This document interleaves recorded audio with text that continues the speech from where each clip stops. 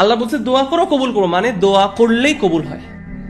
আমি দোয়া করছি আল্লাহ তুমি আমাকে এই মেয়েটার সাথে বিয়ে করো, আল্লাহ তুমি আমাকে এই চাকরিটা দাও।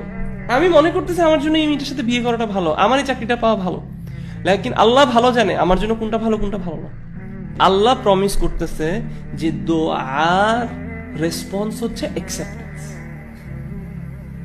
এই আয়াতটা পড়ে ওয়াকালা রব্বুকুম উদউনি আস্তাজিব লাকুম, আল্লাহ বলছে দোয়া করো কবুল করো, মানে দোয়া করলেই কবুল হয়। এটা নীতি, আপনার জীবনে এটাকে নীতি বানায় ফেলেন। দোয়া করলেই দোয়া কবুল হবে, এটা আল্লাহর কথা।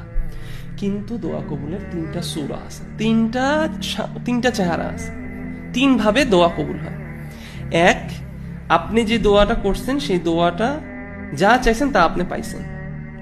অথবা দুই, আপনার এই দোয়া করার জন্য আপনার থেকে একটা কোনো বালা মুসিবত, মানে কোনো একটা হার্ম আপনার থেকে রিমুভ করা হলো।